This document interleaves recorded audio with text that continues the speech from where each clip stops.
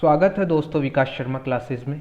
आज अपन पढ़ेंगे स्टैटिस्टिक्स का लेक्चर 7। इससे पहले मैं 6 लेक्चर्स डाल चुका हूं। अगर आप यूजीसी नेट कर रहे हो या फिर आप बीकॉम कर रहे हो या एमकॉम कर रहे हो या सीए फाउंडेशन से रिलेटेड आपका कोर्स है तो आपके लिए ये लेक्चर्स काफ़ी इम्पोर्टेंट है। तो अभी तक अगर आपने लेक्चर्स नहीं देखे हैं पिछले 6 लेक्चर्स तो आप उन्हें देखिए, आपको बड़े आसानी से स्टैटिस्टिक्स समझ में आएगी। और मैं हर एक टॉपिक को अच्छे से कॉन्सेप्ट से क्लियर कर रहा हूँ। कोई भी टॉपिक अगर आपको समझ में ना आए तो आप मुझे कमेंट बॉक्स में बता सकते हैं। और आप चैनल को भी सब्सक्राइब कर सकते हैं। सारे ये टॉपिक्स आपको मिलते रहेंगे टाइम टू टाइम, तो आप चैनल को सब्सक्राइब कीजिए, बेल आइकन को प्रेस कीजिए ताकि आपको नोटिफिकेशन भी मिल जाए। तो आज का अपना जो लेक्चर है वो है स्टैटिस्टिक्स का लेक्चर नंबर 7। इससे पहले वाले लेक्चर में अपन ने जो बात की थी वो हार्मोनिक ज्योमेट्रिक मीन को लेके अपन ने बात की थी। ज्योमेट्रिक मीन की मैंने प्रॉपर्टीज बताई थी। ज्योमेट्रिक मीन डिस्क्रीट सीरीज में कैसे निकला करता था, इंडिविजुअल सीरीज में कैसे निकला करता था और साथ के साथ कंटिन्यूस सीरीज में भी कैसे निकाला करते थे। ये सब कुछ अपन ने इस लेक्चर में अपन ने डिसाइड किया था। आज का जो लेक्चर है वो है हार्मोनिक मीन को लेके, हरात्मक माध्य को लेके। तो आप इसको ध्यान से सुनिएगा अच्छे से और देखते रहिए मेरी क्लासेस को। तो अब देखिए ये लेक्चर क्या है। मेजरमेंट ऑफ सेंट्रल टेंडेंसी का ये लेक्चर नंबर 6 है और ये टोटल लेक्चर है 7th नंबर का। Harmonic mean. अब हार्मोनिक मीन होता क्या है इसको जरा समझना बड़ा आसान रहेगा आपको अगर आप मेरी बातों को ध्यान से सुनते हो तो। हार्मोनिक मीन की अपन पहले पढ़ेंगे डेफिनेशन। हार्मोनिक मीन पढ़ रहे हैं तो इसकी डेफिनेशन जानना जरूरी है। किसी भी समूह के, समझिएगा, किसी भी समूह के मदों की संख्या को उन पद मूल्यों के व्युत्क्रमों के योग से भाग देने पर जो भागफल प्राप्त होता है वही उस समूह का क्या कहलाता है, हरात्मक माध्य कहलाता है। सर ये डेफिनेशन तो काफ़ी डिफिकल्ट है, समझ ही नहीं आई। कोई बात नहीं, इस डेफिनेशन को अपन तोड़ेंगे, अच्छे से समझेंगे, ठीक है। इससे पहले मैं एक इंग्लिश में इसकी डेफिनेशन पढ़ दूँ। The harmonic mean also called, harmonic mean को क्या कहा जाता है, द हार्मोनिक एवरेज भी कहा जाता है। Is the total number of items of a variable, is the total number of items of a variable divided by the sum of reciprocal of value of the variables। इनसे आपको क्या करना है, divide करना है। तो अपन ने ये डेफिनेशंस पढ़ी। सर ये रेसिप्रोकल क्या होता है, ये डिवाइड कर रहे हो आप रेसिप्रोकल का, इनका मतलब समझ में नहीं आ रहा। अपन समझेंगे आराम से, इन एग्जाम्पल के थ्रू समझेंगे। अगर इसकी एक छोटी डेफिनेशन और देखते हैं। हरात्मक माध्य अवलोकनों के व्युत्क्रम के समांतर माध्य का क्या होता है, व्युत्क्रम होता है। इस डेफिनेशन को थोड़ा सा इजी वे में बताया मैंने। ये बोल रही है हरात्मक माध्य अवलोकन, जो अवलोकन्स होते हैं, अवलोकनों, ये समझिए बोला नहीं यार मेरे से, अवलोकनों के व्युत्क्रमों के समांतर माध्य का क्या होता है, व्युत्क्रम होता है। जो ऑब्जर्वेशन होते हैं उनका व्युत्क्रम का क्या होता है, ये समांतर माध्य का व्युत्क्रम होता है, ठीक है। The harmonic mean is defined as the reciprocal of a AM, the reciprocal of a series। अपन बात करते हैं हार्मोनिक मीन होता क्या है। आपके पास क्या मिलेंगे, नंबर ऑफ ऑब्जर्वेशन मिलेंगे, चाहे वो इंडिविजुअल सीरीज हो आपकी, चाहे डिस्क्रीट सीरीज हो और चाहे वो कंटिन्यूस सीरीज हो। कंटिन्यूस सीरीज में आप मिड से ऑब्जर्वेशन का पता करते हो तो ऑब्जर्वेशन आपको मिलेंगे और वो नंबर्स कितने रहेंगे ऑब्जर्वेशन वो आपको पता लग जाएगा। आप काउंट कर लोगे कि इतने नंबर ऑब्जर्वेशन है और आपको नंबर का पता लगते ही उसमें डिवाइड क्या करना है, इन जो ऑब्जर्वेशन है इनके रेसिप्रोकल के सम का डिवाइड करना है। समझ रहे हो मेरी बात। नंबर ऑफ ऑब्जर्वेशन है, अब नंबर ऑफ ऑब्जर्वेशन में डिवाइड करना है, जो ऑब्जर्वेशन है उनके रेसिप्रोकल के सम का डिवाइड करना है। इससे आपको पता लगेगा हरात्मक माध्य का। ये डेफिनेशन ये बता रही है, इसका क्रक्स ये है। देखिए अब आगे देखिए इस डेफिनेशन को। अब इंडिविजुअल सीरीज में कैसे निकाला करते हैं अपन, इंडिविजुअल सीरीज में हार्मोनिक मीन कैसे निकालेंगे ये बात करते हैं। सबसे पहले अपन क्या करेंगे, इसके फॉर्मूले की बात करेंगे। मैंने बोला कि नंबर ऑफ ऑब्जर्वेशन मिलेंगे इंडिविजुअल सीरीज में, क्या मिलेंगे, नंबर ऑफ ऑब्जर्वेशन, और उन्हीं नंबर ऑफ ऑब्जर्वेशन को डिनोट करते हैं एन से। इस एन में डिवाइड करना है जो ऑब्जर्वेशन है, चाहे 2 हो, 3 हो, 4 हो, जो भी ऑब्जर्वेशन है उनके रेसिप्रोकल का सम करके डिवाइड करना है। यानी एन अपॉन 1 अपॉन, देखिए यहाँ पे क्या आ रहा है, एन अपॉन, ये आपका एन हो गया नंबर ऑफ ऑब्जर्वेशन। और इसमें डिवाइड किसका कर रहे हो, जो आपका ऑब्जर्वेशन फर्स्ट है उसका रेसिप्रोकल कैसे लोगे, 1/x1, ऑब्जर्वेशन सेकंड का 1/x2 प्लस 1/100n तक चलता ऐसे रहेगा। और इनका सम कर लेने के बाद आप डिवाइड दे दोगे n में, तो आपको पता लग जाएगा क्या है हार्मोनिक मीन इंडिविजुअल सीरीज का। दूसरा जो एग्जाम्पल है वो है n, हार्मोनिक को अपन डिनोट करते हैं h से, तो रेसिप्रोकल और sum of reciprocal x upon n, इससे डिवाइड कर दीजिए, HM का आपको पता लग जाएगा। अब बात करते हैं आगे इसके एक एग्जाम्पल की। अब हार्मोनिक मीन का एग्जाम्पल देखिए, सबसे पहले आपको मिल रहा है n, यानी 5, 10, 15, 20, ये आपके ऑब्जर्वेशन है। ऑब्जर्वेशन कितने हैं, 4, तो n कितना हो जाएगा आपका 4, n हो गया 4। अब देखिए x1 हो गया 5, x2 हो गया 10, x3 क्या हो जाएगा, x3 हो जाएगा आपका 15, x4 हो जाएगा आपका 20। अब इनका क्या करना है आपको, रेसिप्रोकल 1/x1 यानी 1/5 हो गया, 1/x2 का मतलब 1/10 हो गया, प्लस 1/15 हो गया x3, और 20 का रेसिप्रोकल क्या हो जाएगा 1/20 x4। तो अब इनके रेसिप्रोकल हो गया, इन रेसिप्रोकल्स को आप कैलकुलेटर पे सोल्व कर सकते हो और 4 में डिवाइड दे दीजिए। जैसे ही आप 4 में डिवाइड दोगे तो आपको आंसर मिल जाएगा 9.60। ये आपका क्या आ गया, हार्मोनिक मीन आ गया इंडिविजुअल सीरीज में। आपको अच्छे से समझ में आ गया होगा हार्मोनिक मीन ये। अब आगे चलते हैं अपन डिस्क्रीट सीरीज में। अब डिस्क्रीट सीरीज में आपको क्या मिलेगी, फ्रीक्वेंसी मिलेगी। डिस्क्रीट सीरीज में क्या मिलेगी आपको, फ्रीक्वेंसी मिलेगी। तो फ्रीक्वेंसी में क्या करना है, जो n हुआ करता था वहां पे क्या आ जाएगा, सम ऑफ f, यानी फ्रीक्वेंसी का टोटल। फ्रीक्वेंसी के टोटल में डिवाइड क्या करना है, अब वो देखिए एग्जाम्पल लेते हैं इसका भी और एक फॉर्मूला देखते हैं। यानी सम ऑफ f आया, अब फ्रीक्वेंसी डिवाइडेड बाई x1 का, यानी ये भी रेसिप्रोकल ही है। फ्रीक्वेंसी 1 को डिवाइड कर दोगे x1 से, प्लस कर दोगे फ्रीक्वेंसी 2 को डिवाइड कर दोगे x2 से, और इसका टोटल का डिवाइड कर देंगे किसमें, सम ऑफ f में, यानी फ्रीक्वेंसी में इसके टोटल का डिवाइड कर देंगे। ऐसे 100n तक चलता है। अब इसका एग्जाम्पल देखिए, आपको ऑब्जर्वेशन दे रखे हैं और उसके साथ फ्रीक्वेंसी दे रखी है। यानी ऑब्जर्वेशन 4 की फ्रीक्वेंसी है 2, 6 की है 3, 10 की है 5 और 14 की है 3 और 8 की है 4। ऐसे करके आपने सम ऑफ f निकाला, यानी सिग्मा f निकाला। सिग्मा f आया आपका 17। सिग्मा f कितना है, 17, आपने लिख दिया 17। अब इस 17 में डिवाइड क्या करना है वो ध्यान में रखिएगा। सम ऑफ f आ गया आपका 17। अब 17 में डिवाइड क्या कर दोगे, ऑब्जर्वेशन क्या है 4 और फ्रीक्वेंसी है 2, तो 2 divided by 4, 2 divided by 4 plus 6 है और 3 है, तो 3 डिवाइडेड बाई 6 कर दोगे, यानी फ्रीक्वेंसी अपॉन x2 हो जाएगा ना, फ्रीक्वेंसी अपॉन x2। ऐसे ही 5 अपॉन 10 हो जाएगा, ऐसे ही 3 अपॉन 14, 3 अपॉन 14, ऐसे ही 4 अपॉन 8, यानी 4 है आपकी फ्रीक्वेंसी और 8 आ गया आपका ऑब्जर्वेशन।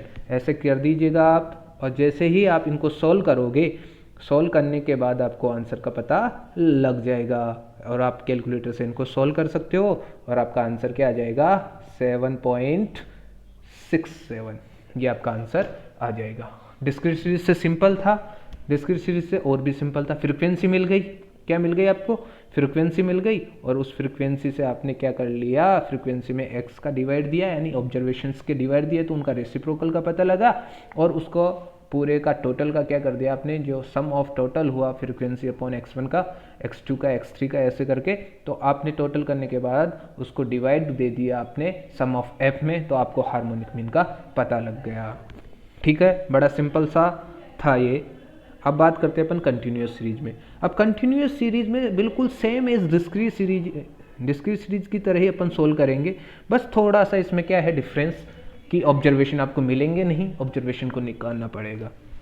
आपको मिलेगी क्या, क्लास मिलेगी, क्या मिलेगी, formula same as discrete series है। इसमें ध्यान रखिएगा ये चीज़ कि सम ऑफ f अपॉन क्या कर दोगे, f1 upon x1 plus f2 upon x2 plus ऐसे 100n तक चलता रहेगा, fn अपॉन xn तक हो गया ये। अब आपको एग्जांपल देखिए, इसमें क्लास मिलेगी 0 to 10, 10 to 20, 20 से 30 और 30 से 40 तक की। फ्रीक्वेंसी मिल गई 2, 3, 2, 4 और फ्रीक्वेंसी का टोटल आ गया 11। अब इसमें आपको ऑब्जर्वेशन निकालना पड़ेगा। क्या निकालना पड़ेगा, ऑब्जर्वेशन, ऑब्जर्वेशन यानी x की वैल्यूज़ निकालनी पड़ेगी। इसी को मिड वैल्यू बोला करते हैं, इसी को क्या बोला करते हैं, मिड वैल्यू बोला करते हैं। अब देखिए 0 से 10, इसकी मिड वैल्यू हो गई 5, यानी 0 + 10 में डिवाइड कर दीजिए आप 2 का तो 5 आ जाएगा, और 10 + 20 में डिवाइड कर दीजिए 2 का तो 15, ये आ गई यहाँ की मिड वैल्यू। और 20 और 30 में आ गई मिड वैल्यू 25, 30 से 40 में मिड वैल्यू कितनी आई, 35, ये आपकी क्या आ गई, मिड वैल्यू। यानी x के आगे आपको ऑब्जर्वेशंस का पता लग गया। ऑब्जर्वेशन का पता लगने के बाद क्या करोगे आप, फॉर्मूला पुटअप करोगे, फॉर्मूले में क्या रखोगे, वैल्यूज रखते जाओगे। अब देखिए सम ऑफ f कितना है, 11, सम ऑफ f है 11। 11 में आपको डिवाइड क्या करना है, फ्रीक्वेंसी डिवाइडेड बाई x1, यानी 2 फ्रीक्वेंसी हो गई और ऑब्जर्वेशन हो गया 5 का डिवाइड कर दिया, 2/5 प्लस आपकी 3 फ्रीक्वेंसी और 15 क्या आ गया, ऑब्जर्वेशन 3/15। ऐसे क्या हो जाएगा 2/25, 2/25 क्या आ जाएगा फिर 4/35, 4/35। अब ध्यान दीजिएगा, और जैसे ही आप इनका रेसिप्रोकल का क्या दे दोगे, 11 में डिवाइड दे दोगे तो आपको आंसर मिल जाएगा, क्या मिल जाएगा, और आप ये सॉल्यूशन कर सकते हो कैलकुलेटर की सहायता से, और आपका आंसर मिल जाएगा 13.84। ये आपका आ गया किस में, आंसर आ गया किस में आएगा आंसर, कंटिन्यूस सीरीज में आ गया समझ में। कंटिन्यूस सीरीज भी आपको अच्छे से समझ में आएगी आई होप। अब अपन पढ़ेंगे कंबाइंड हार्मोनिक मीन। अब कंबाइंड हार्मोनिक मीन क्या होता है, अपन ने कंबाइंड अरिथमेटिक मीन पढ़ा, कंबाइंड ज्योमेट्रिक मीन पढ़ा, अब क्या आ रहा है combined harmonic mean. Combined harmonic mean भी निकालना आसान हो गया, क्या आपको नंबर ऑफ ऑब्जर्वेशन पता हो और हार्मोनिक मीन पता हो, यानी आपको n1 पता हो, n2 पता हो, n3, चाहे जितने ऑब्जर्वेशंस का मालूम हो हर सीरीज का, और हर सीरीज का आपको हार्मोनिक मीन पता हो, तो आप क्या निकाल सकते हो, कंबाइंड हार्मोनिक मीन निकाल सकते हो। जैसे हार्मोनिक निकालना है 1 2 3 n तक की सीरीज तक का, तो n1 + n2 n + 100 an तक nn तक चला जाएगा, ये समझ में आया। फिर n1/hm1, n2/hm2 + 100 hn/hmn, यहाँ तक का ये हो जाएगा। तो कंबाइंड हार्मोनिक मीन का आपको पता लग गया। अब कंबाइंड हार्मोनिक मीन का एक फॉर्मूला के साथ मैं एक एग्जांपल दूंगा ताकि आपको अच्छे से समझ में आ जाए। कंबाइंड हार्मोनिक मीन का ये फॉर्मूला आपके लिए इंपॉर्टेंट है, इसको याद रख लीजिएगा, अभी तक एग्जाम में आया नहीं, हालांकि इसे पूछ सकते हैं। अब देखिए आगे कंबाइंड हार्मोनिक मीन का मैंने एक एग्जाम्पल लिया है तो समझिएगा। आपको सीरीज का एक हार्मोनिक मीन दिया हुआ है फर्स्ट का, और सीरीज 2 का हार्मोनिक मीन दिया हुआ है 40 और 75। 75 आ गया फर्स्ट सीरीज का, और सेकंड सीरीज का क्या आ गया 40। n1 है फर्स्ट सीरीज का 10 और n2 है 40। Calculate combined harmonic mean. अब क्या निकालना है आपको, combined harmonic mean. Combined harmonic mean निकालने के लिए आप क्या कर दोगे, n1 + n2। n1 कितना था अपना 10, वो रख दिया, n2 कितना था 20, वो रख दिया। अब 10 / 75 हार्मोनिक मीन कितना था 75 1 का, 20 / 40 इनका रेसिप्रोकल हो गया, और ये टोटल हार्मोनिक मीन आप कैलकुलेटर की सहायता से सोल्व करोगे, तो सोल्व करने के बाद आपको मिल जाएगा क्या, harmonic mean. Combined harmonic mean मिल गया आपको, कितना आया 47.36। आसान है, सिंपल है, आराम से कर लीजिए, आप नोट भी कर सकते हो आराम से। अब देखिए हरात्मक माध्य है जो आपका हार्मोनिक मीन है, इसका उपयोग कहाँ होता है, ठीक है। हरात्मक माध्य का उपयोग चलन, वेग, मात्रा, मूल्य, गति आदि परिस्थितियों में इसका उपयोग किया जाता है। किलोमीटर में हो या आपका वेग, मात्रा, क्वांटिटी, इन सभी में क्या किया जाता है, हार्मोनिक मीन का उपयोग किया जाता है। अब हार्मोनिक मीन अपना क्या हो गया, यहाँ पे कंप्लीट हो गया, हार्मोनिक मीन कंप्लीट हो गया। अपन अब रिलेशंस पढ़ेंगे, ये काफ़ी इंपॉर्टेंट है, और मैं बोल रहा हूँ अगर आप कर लिए तो सब कुछ समझ में आ जाएगा। इन प्रॉपर्टीज़ को थोड़ा सा ध्यान से समझिएगा, AM, GM और HM से रिलेटेड ये प्रॉपर्टीज़ है, इनका रिलेशनशिप बता रखा है AM का, GM का और HM का, यानी समांतर माध्य, गुणोत्तर माध्य और हरात्मक माध्य का क्या बताएंगे, आज संबंध के बारे में बताएंगे। अब सुनिएगा, समझिएगा ध्यान से। पहला, if the value of each observation is same then AM, GM, HM are also same. अगर आपके हर ऑब्जर्वेशन की वैल्यू क्या है, सेम है, ठीक है, यानी आपके ऑब्जर्वेशन है 2 2 2 2 ऐसा सीरीज दी हुई है, इंडिविजुअल 2 2 2 2 ये ऑब्जर्वेशन है, तो आपका AM, GM, HM तीनों क्या होंगे, बराबर होंगे, यानी यदि सभी अवकलनों का मान समान होता है तो ए एम जी एम तथा एच एम भी क्या होते हैं, बराबर होते हैं। यानी आपका ए एम 2 आया तो एच एम भी 2 आएगा और जी एम भी क्या आएगा, 2 आएगा। समझ में आ गया आपको ये अच्छे से कि सभी अवकलनों का मान समान होने पर A M G M H M तीनों क्या होते हैं, बराबर होते हैं। ये आपको ध्यान में रखना है, ये एग्जाम में पूछ सकते हैं आपको, इम्पोर्टेंट है। आगे देखिए सेकंड रिलेशन देखिए इनका। If the value of each observation is not same, अगर वैल्यू आपकी ईच ऑब्जर्वेशन की अगर सेम नहीं है, किसी की 2 है, किसी 4 है, कोई 3 है, ऐसे ऑब्जर्वेशन है, तो आपको क्या करना पड़ेगा इसमें, जैसे आप वैल्यू निकालोगे ए एम की तो ए एम सबसे ज़्यादा आएगा, ए एम क्या आएगा, सबसे ज़्यादा। फिर ए एम के बाद जो ज़्यादा आने वाला है वो जी एम आएगा, फिर आएगा एच एम सबसे कम आएगा। यानी A M greater than G M greater than H M क्या हो जाएगा, सबसे कम हो जाएगा। यदि सभी अवकलनों का मान समान नहीं है तो क्या हो जाएगा, ए एम सबसे ज़्यादा, फिर जी एम आएगा दूसरे नंबर पे, तीसरे नंबर पे क्या आ जाएगा, एच एम। मान लीजिए ए एम आ रहा है 3 तो वहाँ एच एम आएगा 2, तो जहाँ वहाँ जी एम आएगा 2 और एच एम आ जाएगा 1। यानी ऐसे सीक्वेंस रहेगी, यानी सबसे ज़्यादा आएगा ए एम, फिर उसके बाद जी एम और फिर आएगा आपका एच एम। अब बात करेंगे अपन क्या, इसके थर्ड की बात करेंगे। अब इनका रिलेशंस और देखिए। अब देखिए जीएम का स्क्वायर जो बराबर होता है वो होता है A M into H M, यानी X bar into harmonic mean, A M into harmonic mean के इक्वल्स होता है। जीएम का स्क्वायर क्या होता है, जीएम का स्क्वायर होता है A M into H M के बराबर। यानी जीएम का स्क्वायर हटाने के बाद क्या हो जाएगा, root A M into H M हो जाएगा। ठीक है, इसका एक एग्जाम्पल देखिए, ये इनको ध्यान में रखना है आपको। जी एम का स्क्वायर बराबर होता है A M into H M, यानी ये अर्थमेटिक मीन का मल्टीप्लाई कर दोगे हार्मोनिक मीन से तो जी एम का स्क्वायर के बराबर वो आएगा। आप देख लीजिएगा किसी भी क्वेश्चन के तीनों पॉइंट्स आप निकाल के आप चेक कर सकते हो ये चीज़। अब देखिए अगर आपके पास दिया हुआ है एक्स बार, ए एम दिया हुआ है 9 और एच एम दिया है 25, तो आप जी एम कैसे कैलकुलेट करोगे, जी एम कैसे कैलकुलेट करोगे, G M equals to 9 into 25 का क्या हो जाएगा, रूट, तो आपका कितना आ जाएगा, जी एम 15 आ जाएगा। जी एम कितना आ जाएगा, 15 आ जाएगा, यानी ज्योमेट्रिक मीन कितना आ गया आपका, 15 आ गया। तो इस प्रॉपर्टी को भी आपको ध्यान में रखना है, ये इंपॉर्टेंट है एग्जाम के पॉइंट ऑफ व्यू से।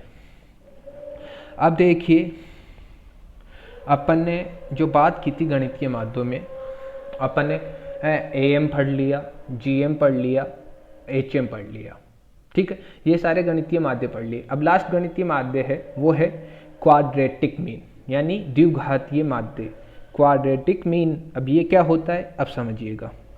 आप अभी तक जो भी सीरीज पढ़ रहे थे वो सारी क्या थी, पॉजिटिव में थी, यानी सकारात्मक वैल्यू थी, उनमें सभी में क्या थी, प्लस के आइटम्स थे, जितने भी ऑब्जर्वेशन थे वो क्या थे, प्लस में थे। अगर आपको इसका उपयोग कब किया जाता है, द्विघातीय माध्य का उपयोग कब किया जाता है, इसका उपयोग तब किया जाता है जब श्रेणी में कुछ मूल्य क्या होते हैं, धनात्मक होते हैं, कुछ मूल्य क्या होते हैं, ऋणात्मक होते हैं, यानी माइनस की वैल्यूज भी आपको दिखेंगे। तो उसमें क्या कर सकते हैं अपन, क्यू एम लगा सकते हैं। क्यू एम का जो फॉर्मूला है वो देखिए, क्यू एम का क्या फॉर्मूला है वो भी देख लीजिएगा, x1 का स्क्वायर प्लस x2 का स्क्वायर प्लस x3 का स्क्वायर प्लस xn तक का स्क्वायर कर दीजिए, उसका रूट ले लीजिए रूट में, और फिर उसमें डिवाइड दे दीजिए n का, क्या दे दीजिए, डिवाइड n का, तो आपको वैल्यू मिल जाएगी क्या, QM की। समझ रहे हो ना, ये स्क्वायर क्यों कर रहे हो, ताकि वैल्यू क्या बन जाए, पॉजिटिव, ठीक है। और फिर इसका रूट लेने के बाद वो स्क्वायर का वापस से क्या हो जाता है, वही संख्या में बदल जाती है।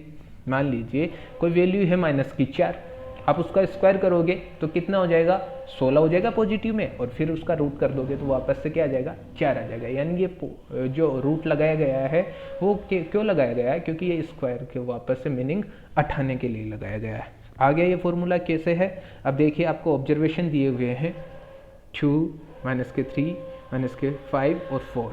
अब इनका आप QM निकालना चाहते हो तो वो कैसे निकलेगा, सबसे पहले 2 का स्क्वायर कीजिए, फिर -3 का स्क्वायर कीजिए, प्लस कीजिए उसमें -5 का स्क्वायर, प्लस कीजिए में इसमें 4 का स्क्वायर, और इसमें डिवाइड दे दीजिए 4, और इनके टोटल का क्या ले लीजिए, आप रूट ले लीजिए। जैसे ही आप रूट लोगे 2 का स्क्वायर हो जाएगा 4, 3 का हो जाएगा 9, और 5 का जो -5 का स्क्वायर हो जाएगा वो 25, और 4 का स्क्वायर हो जाएगा 16 तक हो गया ये स्क्वायर। और इनको जैसे ही ऐड करोगे और इसमें 4 का डिवाइड दे दोगे और उसका रूट करने के बाद जो आपको वैल्यू मिलेगी वो वैल्यू मिलेगी आपको 3.67। आप चेक कर सकते हो, इसका उपयोग भी आपको पता लग गया होगा। ठीक है, QM, ये QM होता है, ये छोटा सा था, ये इतना इम्पोर्टेंट नहीं है। आप चाहो तो इसको कर लेना, अगर एग्जाम में पूछ भी लेते तो आप कर सकते हो आराम से। तो आज की जो बातें की आपको अच्छे से समझ में आ गई होगी हार्मोनिक मीन का। तो यहीं पर अपना लेक्चर समाप्त होता है। लेक्चर को समाप्त करने से पहले मैं इसको एक बार फिर से बता देता हूँ क्या क्या पढ़ लिया अपन ने पढ़ा हार्मोनिक मीन की डेफिनेशन। हार्मोनिक मीन की डेफिनेशन अपन ने पढ़ लिया कि हरात्मक माध्य क्या होता है, अवकलनों के व्युत्क्रम के क्या होता है, समांतर माध्य का व्युत्क्रम होता है।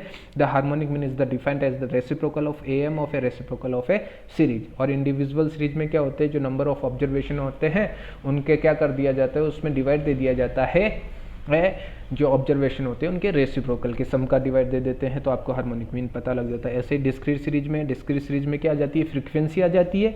और कंटिन्यूस सीरीज में आपको मिड वैल्यू निकाल के फ्रीक्वेंसी से डिवाइड करना पड़ता है आपको ऑब्जर्वेशन को, और उसमें डिवाइड करने के बाद आपको हार्मोनिक मीन पता लग जाता है। ऐसे कंबाइंड हार्मोनिक मीन हो गया। और इसकी कुछ प्रॉपर्टीज जो इंपॉर्टेंट थी वो मैंने बता दी है कि क्या क्या इंपॉर्टेंट था इसमें। यदि सभी अवकलनों का मान समान है तो AM, GM, HM क्या होंगे, तीनों बराबर होंगे। अभी सभी अवकलनों का मान अगर समान नहीं है तो AM सबसे ज़्यादा रहेगा, उसके बाद GM सबसे ज़्यादा रहेगा, फिर उसके बाद क्या होगा, HM सबसे कम रहेगा। फिर क्या कर दोगे, GM का स्क्वायर कैसे, GM का स्क्वायर बराबर होता है arithmetic mean into harmonic mean, ये इसके बराबर रहता है, तो ये भी ध्यान में रख लीजिए। और जो क्वाड्रेटिक मीन है वो इसका उपयोग तब किया जाता है जब कुछ ऑब्जर्वेशन क्या हो, पॉजिटिव हो, कुछ ऑब्जर्वेशन क्या हो, नेगेटिव हो, यानी कुछ माइनस में हो कुछ प्लस में हो, तब इसका उपयोग किया जाता है। इसका जो फॉर्मूला है वो मैंने बता दिया है। तो आज का लेक्चर अपन समाप्त करते हैं। VS क्लासेस में आपने समय दिया, इसके लिए आपको बहुत बहुत धन्यवाद। और यूँ ही आपको आगे के लेक्चर मिलते रहेंगे, तो आप चैनल को सब्सक्राइब कीजिए, लाइक कीजिए अगर पसंद आया हो तो, और कमेंट बॉक्स में बताइए कि क्या कमी रही इस लेक्चर में, तो मैं आगे इसमें सुधार करूंगा। अगर आपको कोई चीज़ समझ में नहीं आए तो मुझे कमेंट बॉक्स में आप बता सकते हो, तो मैं आराम से आपको समझा दूंगा, एक्सप्लेन कर दूंगा। तो धन्यवाद विकास क्लासेस में, बहुत बहुत शुक्रिया आप सभी का।